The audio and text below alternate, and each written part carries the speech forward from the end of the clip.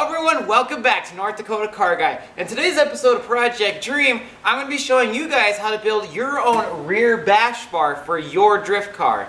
And the first step to building your rear bash bar is taking the rear bumper off. Stay tuned.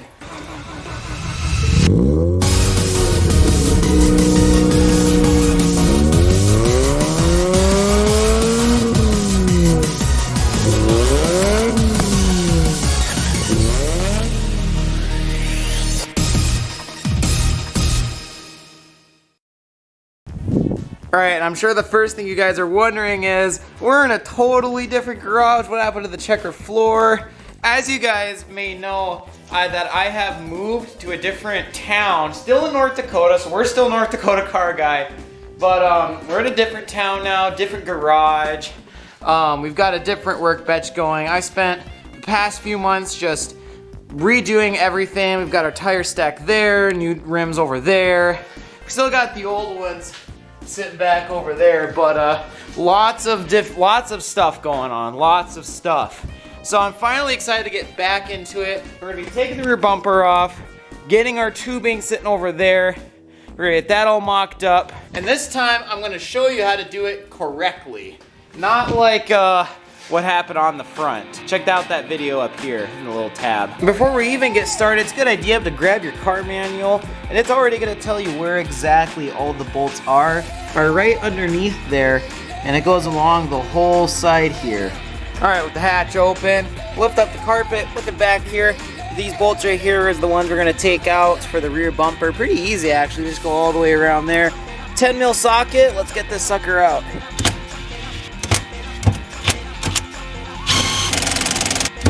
This is a great kind of neat connection here. Helps you get in there better. We're gonna go get coffee. We were literally just at the best place you could get coffee. I can take it out there. He's getting heat coffee. Yeah. You guys. There's one more.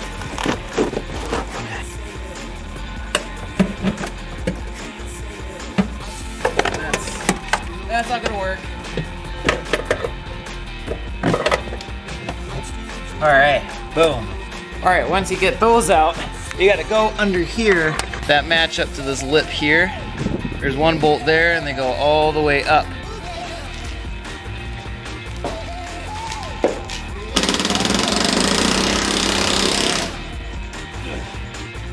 Okay, it broke, I don't care, but we're getting somewhere. Alright, so I guess we also have to take out the rear tail lights because there's a little bit of a lip in there that keeps the bumper from coming off completely. So we just have to take out the lights, just move it a little over slightly so we can lift it over the lip and out. Let's see, so we're ready. Alright, so with these rear taillights taken out, you can pop them out and then lift them up like so that we can get the bumper's lip right here over these nuts right here that are completely rusted out. And so now with the front or the rear bumper off, we can now work on getting this original OEM Bash Bar out. That doesn't really help to do much as far as like hitting a wall or anything. It's like flush with the car. And that's not really what we want. So let's throw this tail light back in here and let's start taking out this bash bar. Alright, so I need to do this.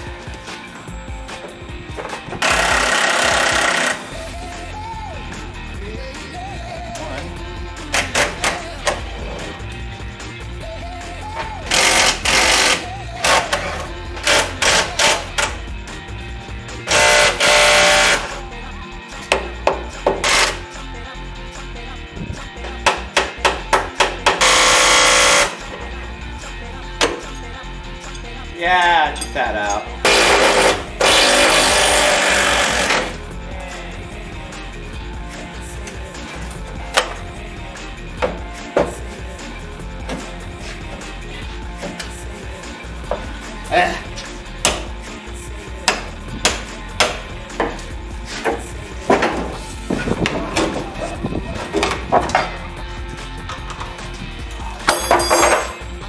Oh yeah!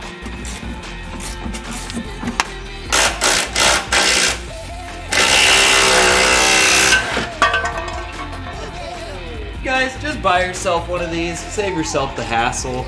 All right, so now with everything in the rear completely removed, now we can start working on making our base plate for our rear bash bar. The metal I'm gonna be using is a 3/4 by 4 inches by 7 inches. I'll have all the details and dimensions down below in the description. So then we'll take our piece of metal and then we'll take it, place it up on here, clamp it like so, and then move it roughly to around where you want it. You want to have a little bit of room for each bolt here. You don't want it too close to one edge or too close down here or more on one side. You want to try and keep it very even. So then once you've got it all mapped up, take your paint marker and make your marks. And there are our marks. Perfect. Let's take this to the workbench. Now at the workbench, we've got our 3 holes here. We're gonna take a self-punching tool. These are really neat. You can find these basically at any hardware shop. Find the middle and make your marks. And now we are ready to drill. And try and go as straight as you possibly can. Use a little bit of your favorite lube.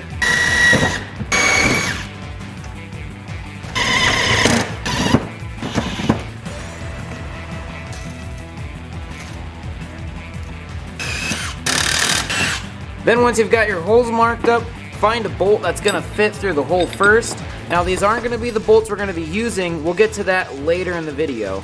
All right, we'll take our piece, line it up here, and boom, just like that. It fits right in. That's perfect. Now, like I said, these aren't gonna be the bolts we're gonna be using for this, and there's a reason why, and that's tensile strength. Different bolts have different tensile strength ratings, so I'm gonna skip towards the end of the video when we actually go to finally bolt it all together, why it's important to change them and not just use generic ones. But now since we've got one of the plates done, we'll come back to the workbench and we're gonna take this and just copy it onto our next piece. Simple as that. Where's our Sharpie marker thing? Where did I put it? There it is.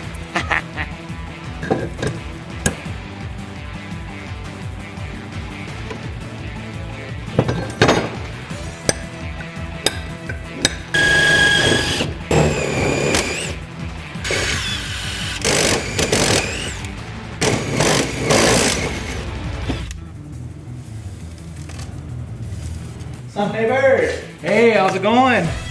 Good. The other piece, let's see if it, sir. Let's see if it fits first try.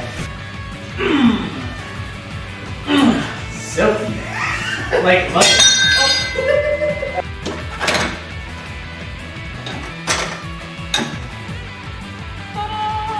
Alright, sorry for the bad lighting. It's the end of the day, so there's no more light, and I don't have a light set. So now that we got our rear bash bar mounted up, and we'll play around with this hole later. This is just to keep it in its locked position. Normally we'd start fabricating the piece of metal to come up from here, but what we need to do first is figure out how far we want to be out and how up. So we need to figure out our distance here and our distance here, right? And I've got an idea, and it's an unfortunate one. The idea I've got going so far is right where this black strip goes along the rear bumper. That's where we're gonna put the rear bash bar. The only thing is that we're gonna have to cut the bumper in half. But it actually kind of works out, because if we cut the bumper in half, then it's a lot more serviceable if there is a break. And we've already got a piece we can use as a template, which is the black trim along there. And I'm kind of gonna figure this out as I go. This has been a thought I've been thinking about for the past like 2 to 3 weeks now, because I really don't want to cut an original rear bumper, but I'm gonna do it.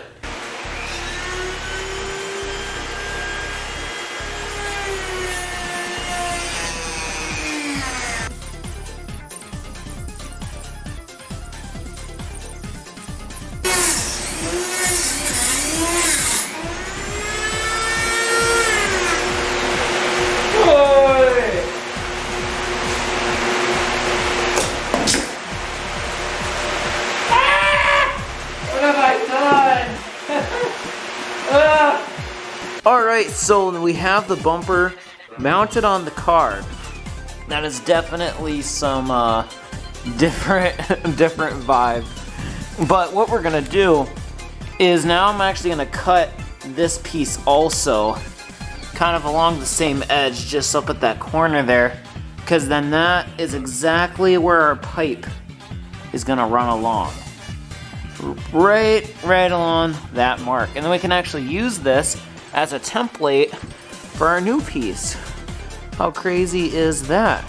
So let's go ahead and take this off and get to cutting, more cutting. Ugh.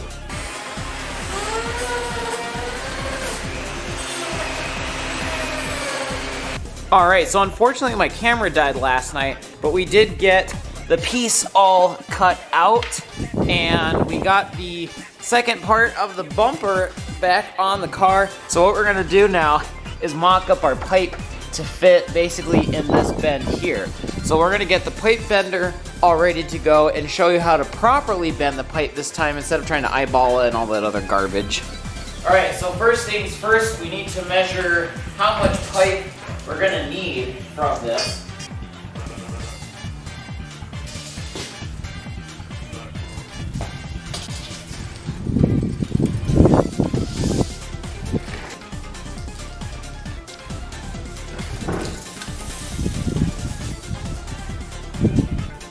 So I did with the number for the edge here and right there to start the corners off. I took that whole number, cut it in half, right? So then you get 2 halves.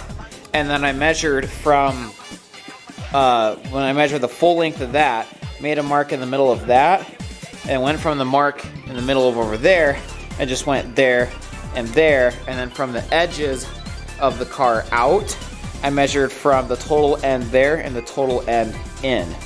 So that should give us basically these little marks here, right? So we're not gonna cut this, but this is where the bar has to bend. It has to start here and here, and then this is just gonna be the end. It's not a huge spot, but just a little area.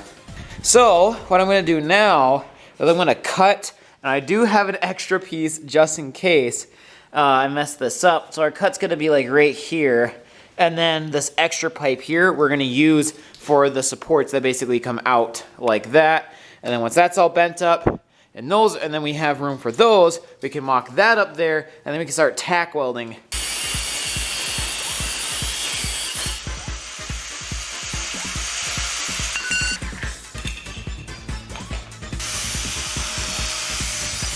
If you look at the rear bumper going from the top, this whole rear end is actually curved. It's not perfectly flat. So I'm gonna go ahead and make a very light bend.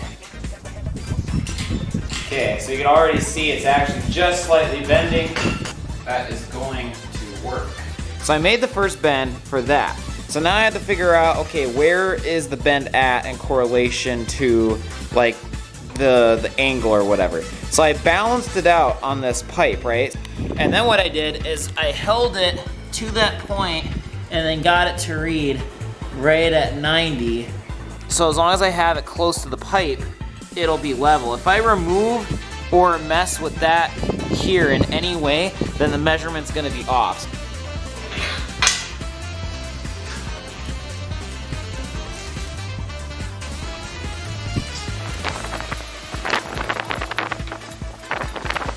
This pipe is level.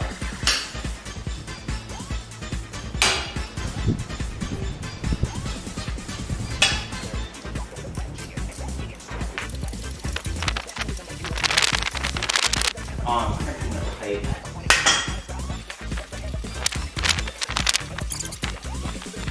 Just about our crimping spot.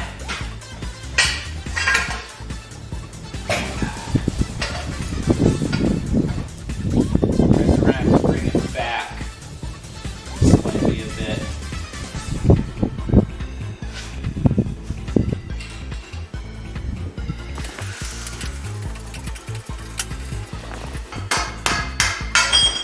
Rear bash bar on. Alright, it's lining up. And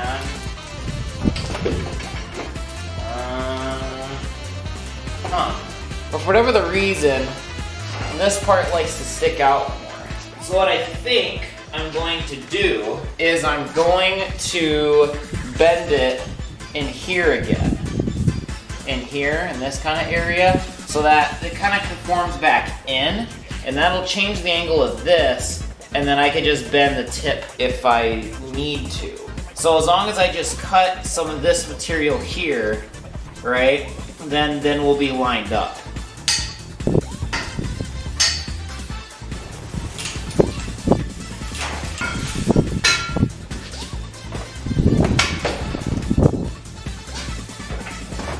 This was supposed to go on like this, even though it technically shouldn't matter. Where'd my tape go? My tape just rolled all the way to the other side of the street.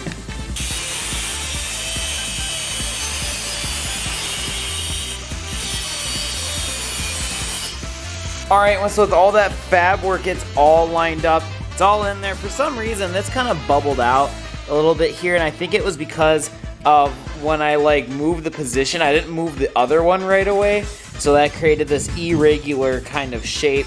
But we'll just hang with it. It's still like pretty far in. It's not crazy out, or it's gonna catch anyone's car or nothing. So this will be okay. And then all we had to do was just grind away the material in there, so it's a very tight fit in there, which is exactly what I wanted. And then it comes across all the way around back to over here, and it just fits so nicely. Still gives it that kind of OEM look, but with the use of an actual bash bar and not the hatting sitting like so far in. So if we basically lightly tap a wall, it's gonna hit the bar first, which is exactly what I wanted it to do. So now I'm not even gonna touch this actually. I'm just gonna leave it right where it is because I like it. And this is where I messed up the other time on the front bumper. And that's making our mounts for the plates coming up to the bars here. You should really do it with the bar on the vehicle, but I always get nervous when you have welding and high stuff. So for safety, I'm gonna disconnect the battery in the ECU before welding any of this. But first we actually need to make our little mounts here to go to the mount to the bash bar. If I just line this up here, I don't know what I'm doing. Half the time I don't know what the heck I'm talking about. So I'm gonna grab this guy here. I've got the pipe here. I'm using the top edge as my, basically this top edge is gonna be the bottom of the pipe, and I'm just gonna eyeball it to about where I want it. All right, come under here. Ugh. And I did a dumb. So the funny thing is that we got the angle about perfect right where you wanted it. You can like mess with it a little bit by grinding little bits away. Okay. But what I forgot was that I was measuring it from this and giving it about 3 inches, you know, plus whatever, all that. And what I forgot was I was measuring from this end plate here on there, which is an extra like 2 inches plus the angle. It's like 2.5. So now the cut is way over here.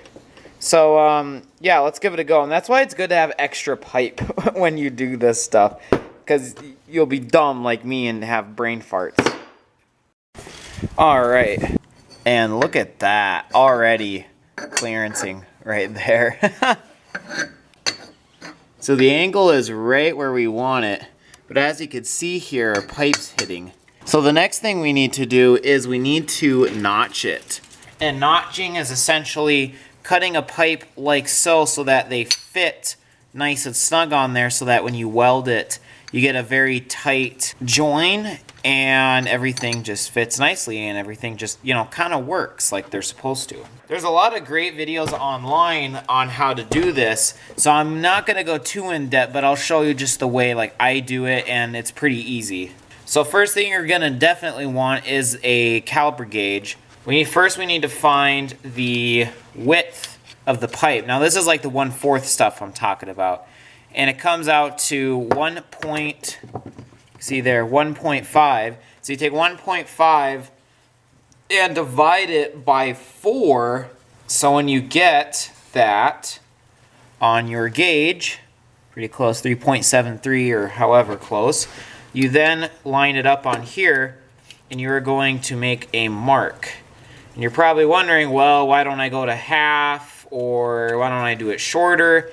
This is the optimum because you get the most amount of welding material. It's the thickest that you use. If you go halfway, then your metal will get way too thin and it will get brittle on the tips. So only the sides will have structural force versus having the whole thing be just one unified piece.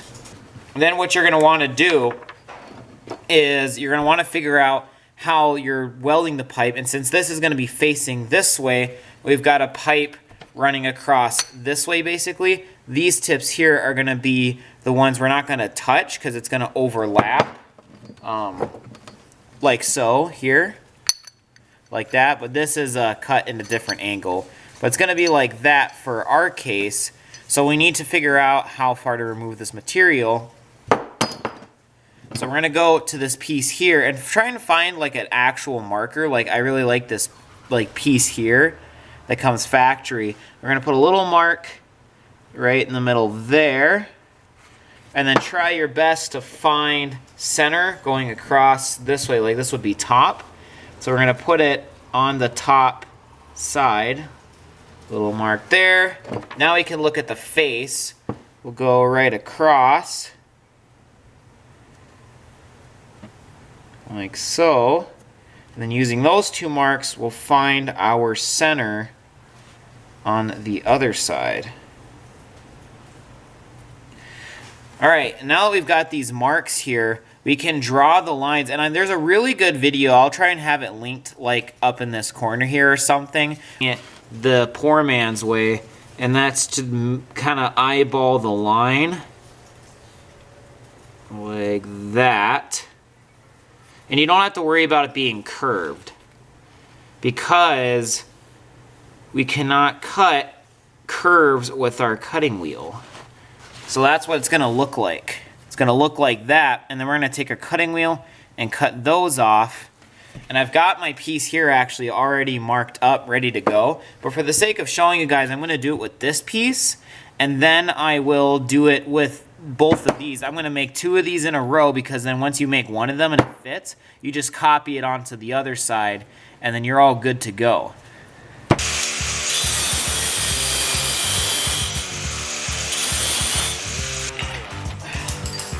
So here's our first cut. Definitely isn't the prettiest thing, so I'm going to clean it up with the flat disc.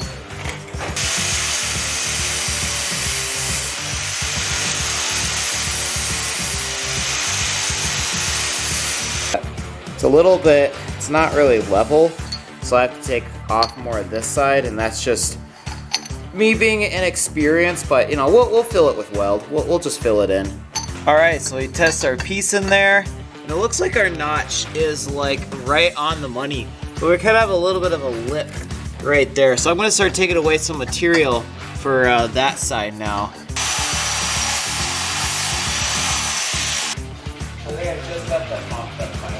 All right, so now that both our brackets are done here, the next thing we need to do is tack everything in the position. Instead of taking it off and trying to tack it and see if it fits, we're gonna do it on the car, but to do that, I'm gonna take the ECU, I'm just gonna unplug it, and I have a video of that. I'll tap it here when we take the engine out, so I've got that in there, and then I'm gonna unhook the battery. That way, when we use the welder, there's absolutely no way it can fry our stuff. Even though it's in the back, you should just do it just because you should do it. All right, so we got the battery disconnected. Then we've got our ECU disconnected down there. And so that means we're now ready to get welding to our bash bar. And always remember to wear a helmet, goggles, and then I've got this welding protective suit on because you don't want those sparks falling on you. They will burn and they don't feel good.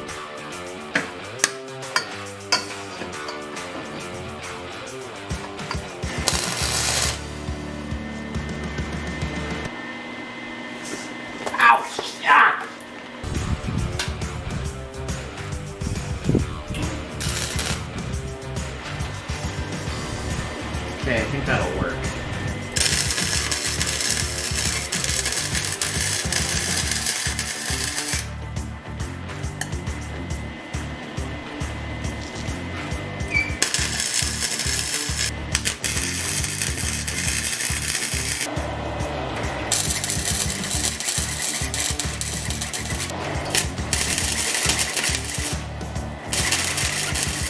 All right, so with them tacked in, the bar is all in by itself. Now we're not gonna leave it like this, of course. Now we gotta take it down to Brendan's place to, we're gonna borrow his dad's welder to finish welding up the complete bar. And then we can go to painting and installing the final bumper. Oh, you gotta love it. You gotta love it when a project comes together. Just mwah.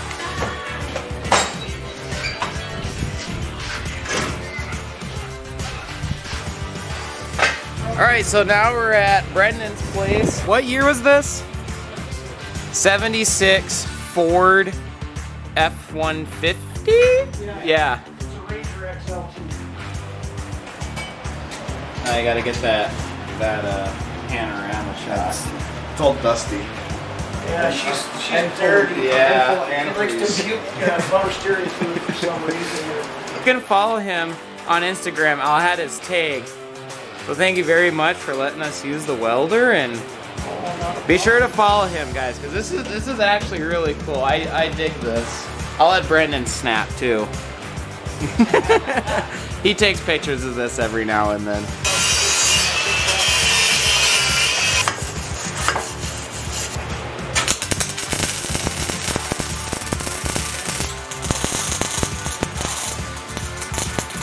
The way it's designed with these copper coils, that it does well different than an inverter style.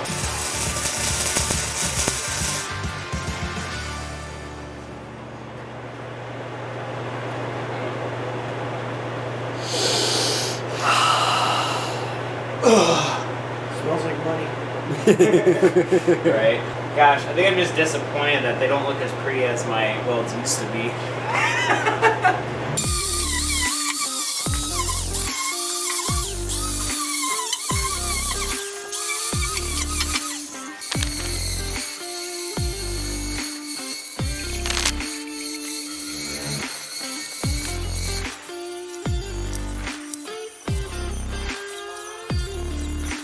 All right, we're so close to getting this bash bar done. I want to talk about the bolts that I went and picked up.